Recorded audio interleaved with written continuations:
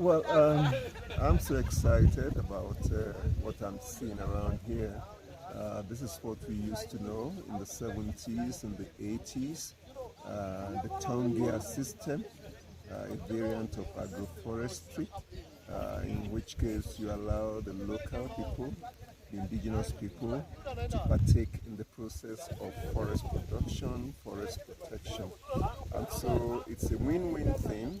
The farmers win, the owners of the forest plantation also win, and it helps in improving the livelihood standards of the local people. And so I'm excited that this is still happening in Tanzania.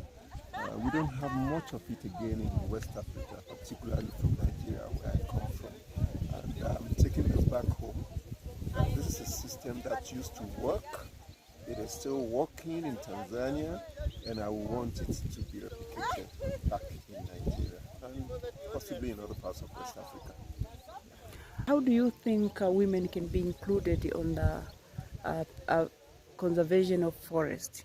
Well, inclusivity has become a big issue globally. And if we look at the Sustainable Development Goals, what we are saying is that no one should be left behind. Women always have a role to play in everything, particularly in the area of conservation. I think we should factor that into all plans, all programs, so that no one is left behind. Women can be involved in tilling, they can be involved in harvesting, they can be involved in processing, and so it's a value chain that we should try to establish so that everybody is involved. Yeah, that's my take on that. Okay, my name is Marie-Louise Avana. I'm a senior program officer working with the African Forest Forum. We are really grateful for this opportunity given to us to come and visit this practice being applied by Sokoine University of Agriculture, and that is also showing part of the participatory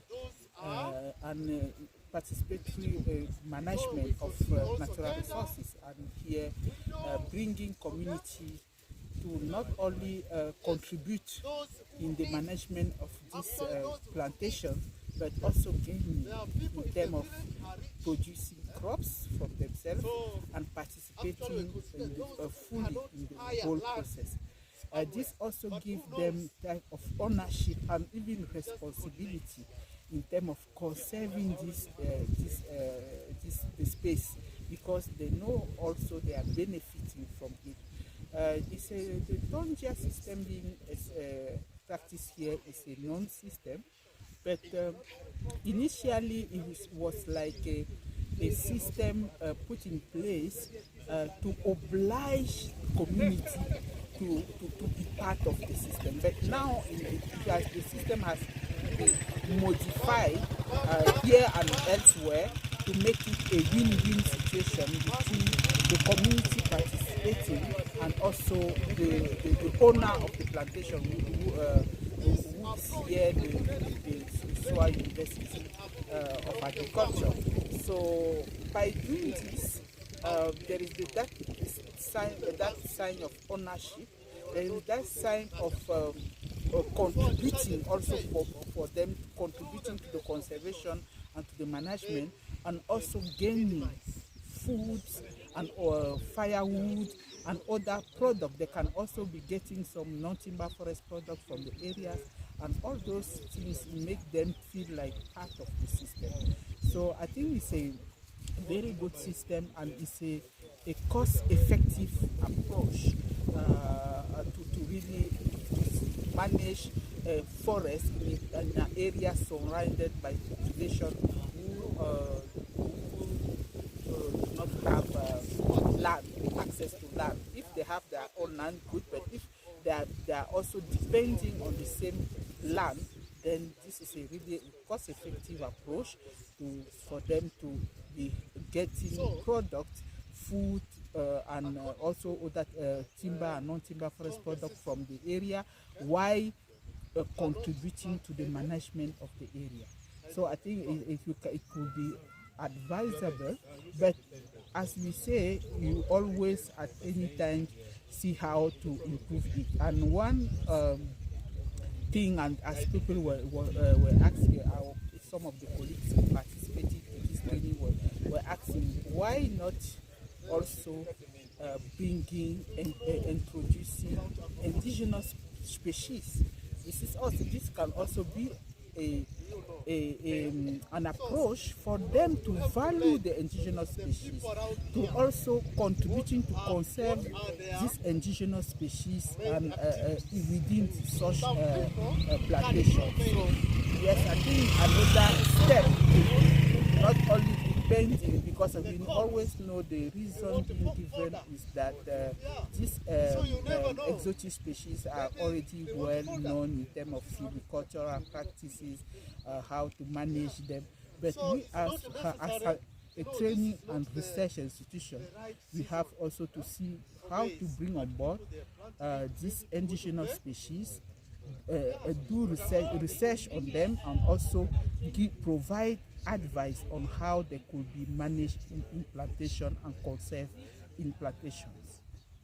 We came up with the idea of this workshop on forest planning and forest management because we have been observing over the years that there have been a lot of efforts and investments in the forest sector, from governments, from private sector, from donors and other well-wishers.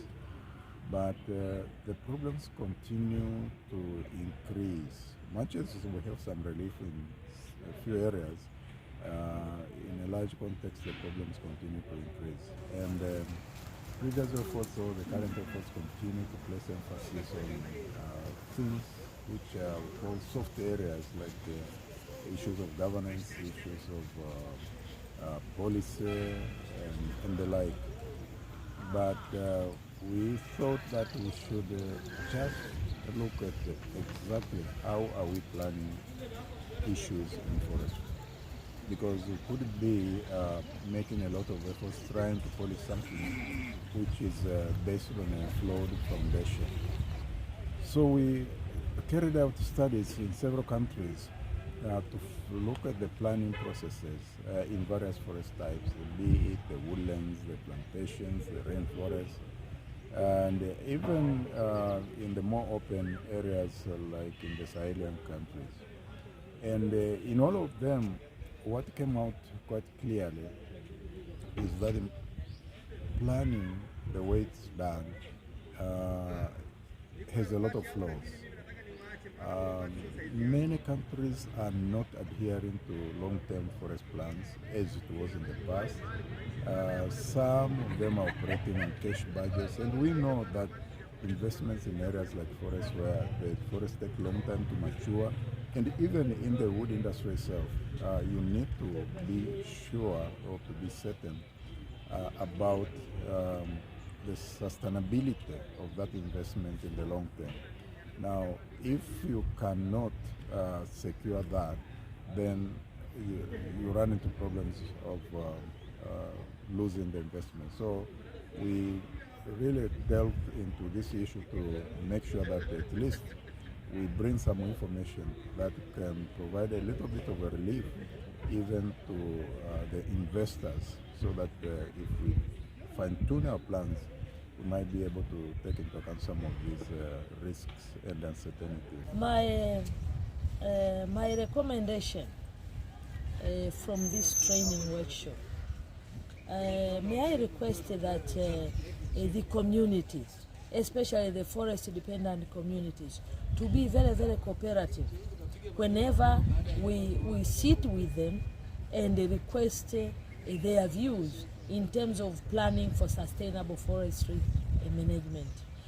Currently, there is a tendency of hating each other because of the change. Also, for example, in our country, we have changed it to paramilitary, and therefore you find people are hating the people from the forest sector, probably that they are going to cage them, they are not going to take their ideas.